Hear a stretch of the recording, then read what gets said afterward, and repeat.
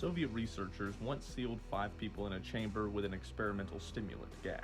No sleep for 30 days. By day 15, they were tearing their own flesh off to stay awake. By day 30, whatever came out of that chamber wasn't human anymore.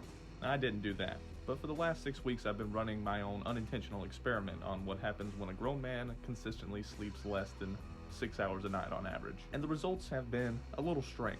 Here's what the data says should happen to you. Sleep deprivation chronically elevates cortisol. Not acute cortisol, the kind that spikes during a hard set and then drops back down. Chronic baseline cortisol, the kind that stays elevated and just quietly dismantles your life.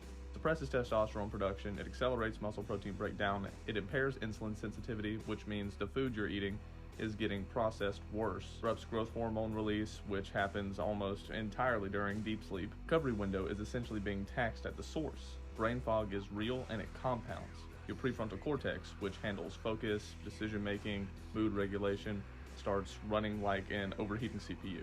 After a few weeks of this, you'll find yourself in the middle of a sentence you no longer remember starting.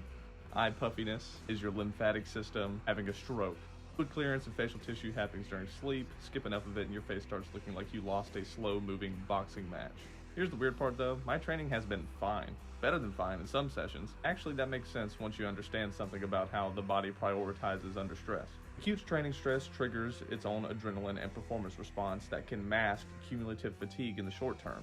The gym feels okay. It's everything else that degrades.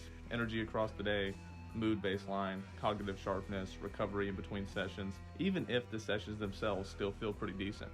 The Soviet sleep experiment guys felt fine for the first few days too. I'm not saying you'll tear your own skin off if you sleep 6 hours one night. Saying the damage from chronic sleep deprivation isn't always loud and apparent. Sometimes it's just the slow erosion of everything that makes you a functional human being outside of the weight room. 7 to 9 hours should be non-negotiable. Y'all rock on, get your sleep.